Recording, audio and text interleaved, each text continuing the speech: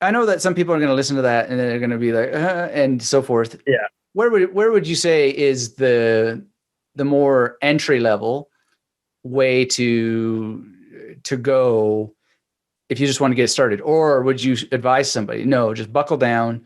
This is where it's at. This is the new, thing for speed memorization of cards. So you might as well Right. go this way first. Do you have an opinion about that?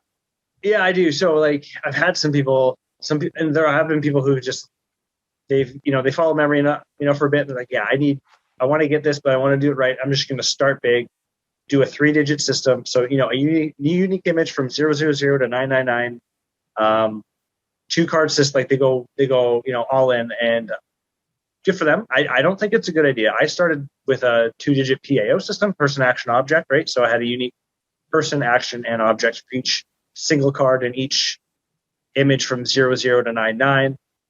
Very basic. And that's what I originally used for, a few years. And I would recommend, you don't have to do PAO. You can just do like a single image for each card or 2-digit number. I would suggest you build a basic system first, and you can find tools for this like on artofmemory.com.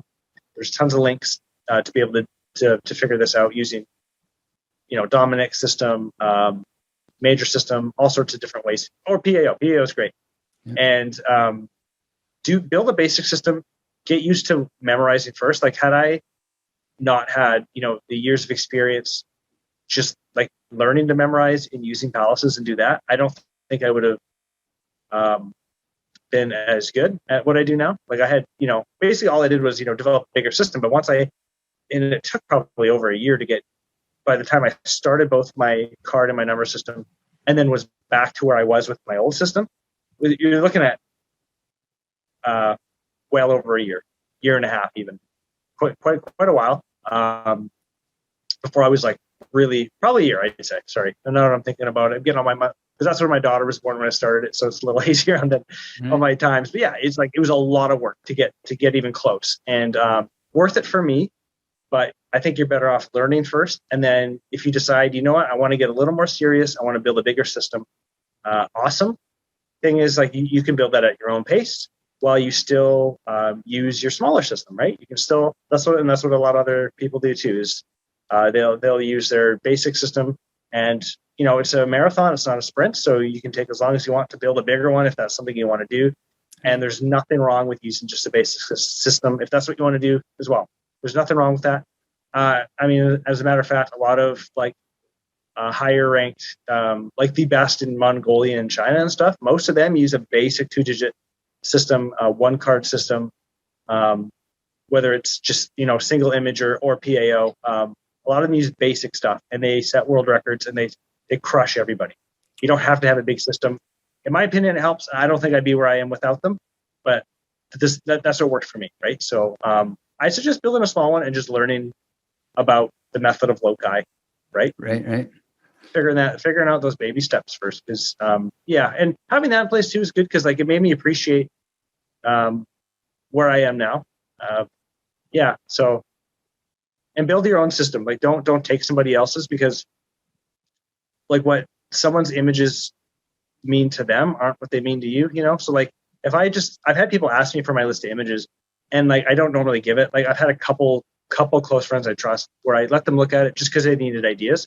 But I don't normally give it out, because all these images I have, like half of them are characters from The Office, or different video game characters, and like heavy metal guys and stuff, like or random objects, things that aren't going to mean anything to people. They don't have the context, the history, the memory, that kind of thing. And you know what I mean? So like you want your images to make some sense to you, and you want them to mean something to you. So what I'm saying is build your own systems. Don't take somebody else's. Right. Yeah. Put the work in. Yeah, I think that's not only necessary, but inevitable.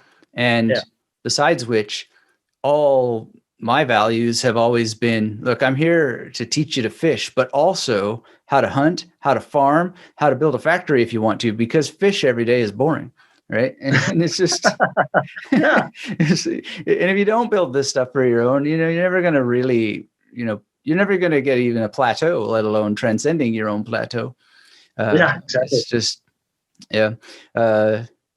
It's interesting though, when I was talking with Ron White, we went through some of our images and he's like, hey, that's my image too. I think it was, we both have James T. Kirk for the King of Clubs, or the number that underlies that because Jim and James and Jim and so forth. And he was like, all right, where did you get that? And I said, oh, well, it's just logical, right? And it's awesome.